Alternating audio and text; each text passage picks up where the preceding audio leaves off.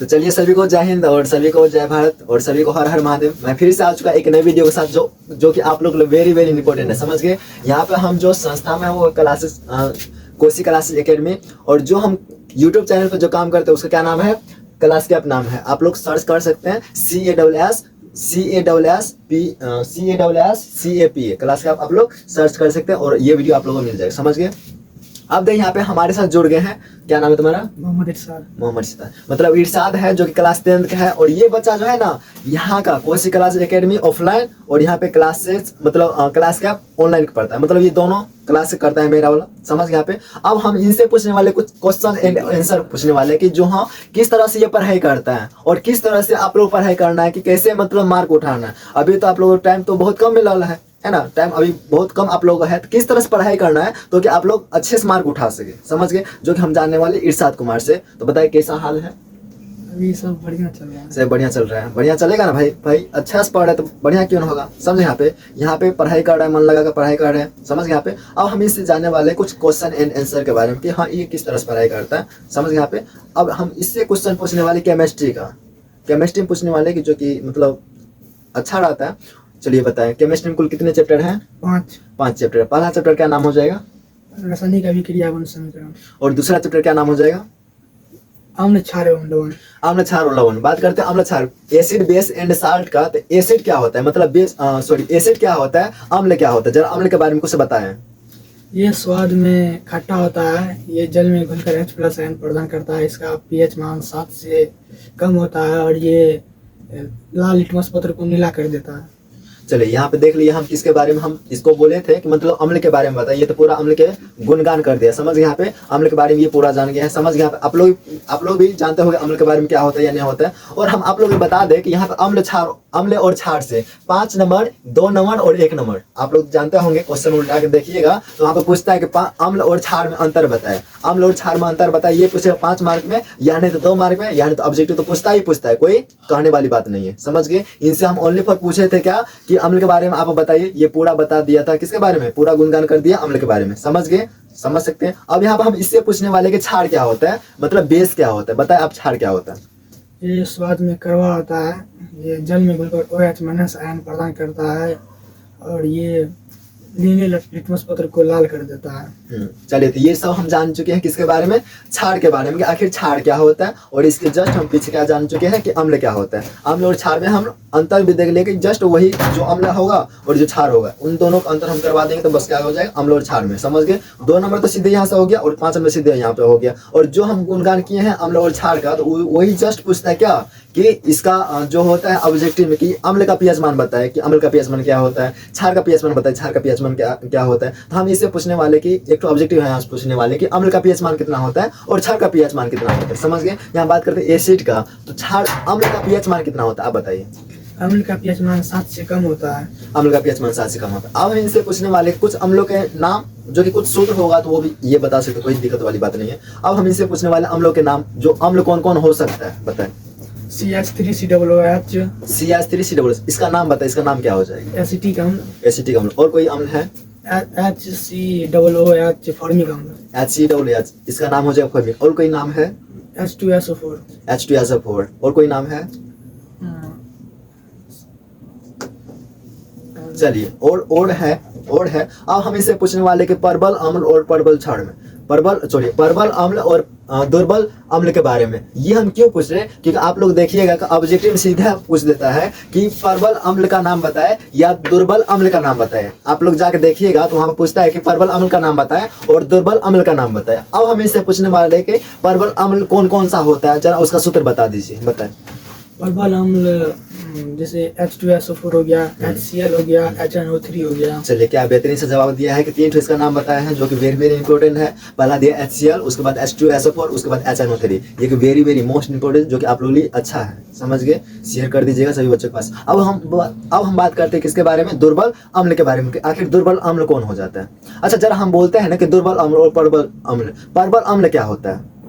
परबल अम्ल ये जल में घुलकर ज्यादा से ज्यादा H+ आयन उत्पन्न करता है और ये पूर्ण रूप से उसमें घुल जाता है। हाँ, ये हम कह सकते हैं जो जल में पूर्ण रूप से मतलब बहुत तेजी से जो घुल जाएगा उसको हम क्या नाम देंगे, परबल नाम देंगे। ये आप लोग समझ गए। और हम यहाँ बोल सकते हैं ना कि दुर्बल, दुर्बल जो आसानी से नहीं घुल सकता है, समझ गए ना, जो आसानी से नहीं घुलेगा तो वो क्या कहलाएगा, दुर्बल अम्ल कहलाएगा। अब अच्छा, दुर्बल अम्ल का कुछ नाम बता दीजिए कि दुर्बल अम्ल होगा कौन।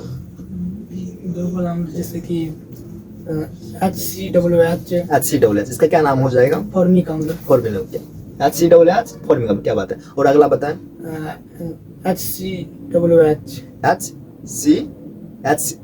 CH3 ना, CH3COOH, इसका क्या नाम हो जाएगा, एसिटिक अम्ल। जरा फिर से बता दो, CH3COOH, इसका क्या नाम हो जाएगा, एसिटिक अम्ल। एसिटिक अम्ल। समझ गए। तो आप लोग ये भी जान चुके हैं ऑब्जेक्टिव, सब्जेक्टिव और 5 नंबर, ये भी आप लोग जान गए, समझ गए यहाँ पे।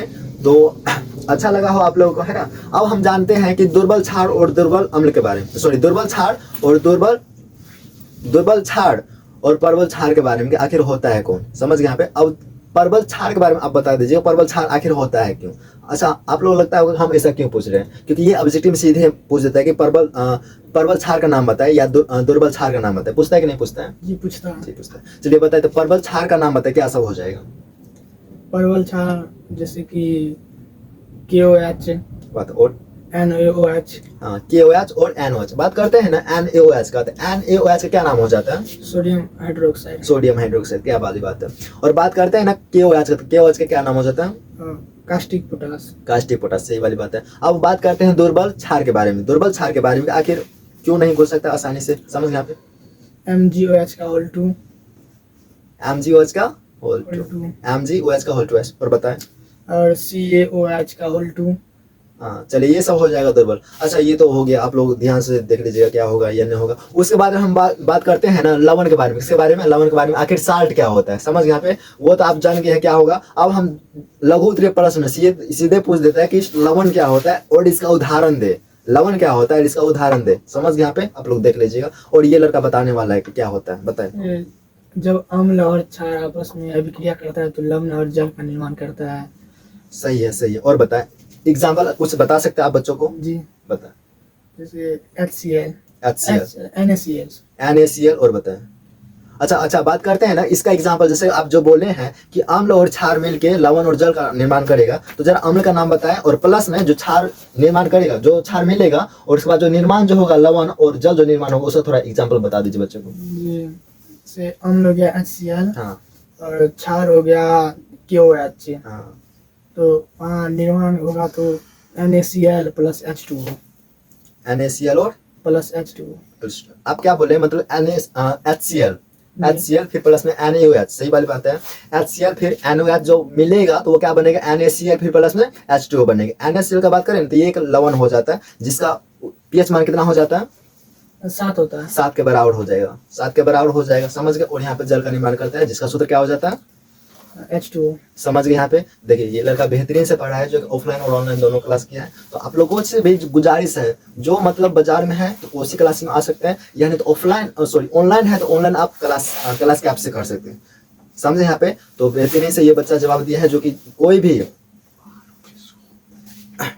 और जो कि कोई भी बच्चा बाहर में है और वो पढ़ना चाहता है कोसी क्लासेस एकेडमी से, तो ऑफलाइन में पढ़ सकते हैं। बाजार में ये है, समझ यहाँ पे BN कॉलेज के सामने जस्ट है, समझ यहाँ पे BN कॉलेज के जस्ट सामने है कोसी क्लासेस एकेडमी, आप लोग बैनर मिल जाएगा। और आप लोग हो सकता है ना जल्दी से जल्दी, और हम आप लोग एक और सूचना बता देते हैं कि जल्दी से जल्दी यहाँ पे 10th क्लास का शुरू होने वाला न्यू बैच, समझ गए, न्यू बैच आने वाला है क्लास 10th का। और आप लोग जल्दी से जल्दी हम सभी टीचरों के साथ आप लोगों के लिए हम मतलब आएंगे, समझ यहाँ पे हम सभी टीचरों के साथ हम आएंगे। और यहाँ से बात करते हैं कोसी क्लासेस एकेडमी से, यहाँ पे मार्क जो उठा है ना 468 मार्क उठा है, क्या उठा है, 468 मार्क उठा है कोसी क्लासेस एकेडमी से, समझ गए। और यहाँ पे भारी वाली बात नहीं है कि मतलब आसान वाली बात नहीं है कि 468 मार्क लाना, समझ यहाँ पे। और ये ओनली फॉर कौन सा संस्था कर सकता है, जो कि होता है हमारा कौन सा, उसी classes academy, Kosi classes academy, समझ गए। यहाँ पे जो भी बच्चे हैं आके पढ़ सकते हैं offline, Kosi classes academy BN college के सामने है, समझ गए। जो भी ऑनलाइन पढ़ना चाहते हैं तो वो जोड़ सकते हैं हमारे क्या क्लास के आपसे, समझ गए। बच्चा तो कितना अच्छा से ये जवाब दिया है, समझ गए। आप लोग जब अच्छा लगा हो तो सभी बच्चों के पास शेयर कर दीजिए और लाइक और कमेंट जरूर कर दीजिए। कमेंट आप लोग जरूर कीजिए कैसा लगा आप लोग ये वीडियो, और बच्चा ये कैसा जवाब दिया है, समझ गए। तो मिलते हैं नेक्स्ट वीडियो में। और हम आप लोग ये बता दे रहे हैं कि न्यू बैच के लिए हम जल्द से जल्द आ रहे हैं सभी टीचरों के साथ, समझ गए। अच्छा लगा हो तो सभी बच्चों के पास शेयर कर दीजिए और लाइक और कमेंट जरूर कर दीजिए। और जब चैनल पर आए तो चैनल को सब्सक्राइब कर दीजिए, और जब फेसबुक पर है तो उसको फॉलो कर दीजिए, समझ गए। तो चलते हैं, मिलते हैं जल्दी से नेक्स्ट वीडियो के साथ। तब तक के लिए मैं जय हिंद करना चाहता हूँ एंड जय भारत करना चाहता हूँ। चलो कटिंग लंबा बन गया।